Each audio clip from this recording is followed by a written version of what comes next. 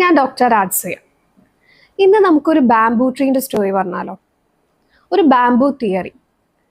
Certain species of bamboo tree usually ഒരു 5 വർഷം നമ്മൾ എത്ര തന്നെ വെള്ളം ഒഴിച്ചാലും എത്ര തന്നെ കറക്റ്റ് ആയിട്ടുള്ള പ്രോപ്പർ സൺലൈറ്റ് കിട്ടിയാലും വിസിബിൾ ആയിട്ടുള്ള ഒരു ഗ്രോത്ത് കാണിക്കാറില്ല.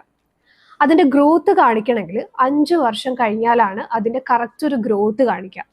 അതുപോലെ തന്നെയാണ് നമ്മുടെ ലൈഫിലെ കുറച്ച് സിറ്റുവേഷൻസ്. നമ്മൾക്ക് അത്രയും ആഗ്രഹമുണ്ട്, നമ്മൾ കറക്റ്റായിട്ട് കൺസിസ്റ്റൻ്റ് ആയിട്ട് അതിനുവേണ്ടി പ്രയത്നിക്കുന്നുണ്ട്, പക്ഷെ നമ്മൾ വിചാരിച്ച ഒരു റിസൾട്ട് കിട്ടുന്നില്ല. അപ്പം നമ്മൾക്ക് ഇടയ്ക്കെങ്കിലും നമുക്ക് തോന്നും ഒന്ന് നിർത്തി പോവാം എന്നുള്ളത്. പക്ഷെ ഈ കൺസിസ്റ്റൻ്റ് ആയിട്ട് നമ്മൾ ചെയ്യുന്ന കാര്യങ്ങൾക്ക് എന്തായാലും നമുക്കതിനുള്ള റിസൾട്ട് വരും. എത്ര തന്നെ വർഷങ്ങൾ എടുത്താലും നമ്മൾ ചെയ്യുന്ന കാര്യം കറക്റ്റാണ്, കൺസിസ്റ്റൻ്റ് ആണ്, ഡിസിപ്ലിനോട് കൂടി ചെയ്യുകയാണെങ്കിൽ നമുക്ക് അതിനനുസരിച്ച് റിസൾട്ട് വരും. അതിനുള്ള ഏറ്റവും വലിയൊരു എക്സാമ്പിളാണ് ഈ ബാംബൂ ട്രീയുടെ സ്റ്റോറി.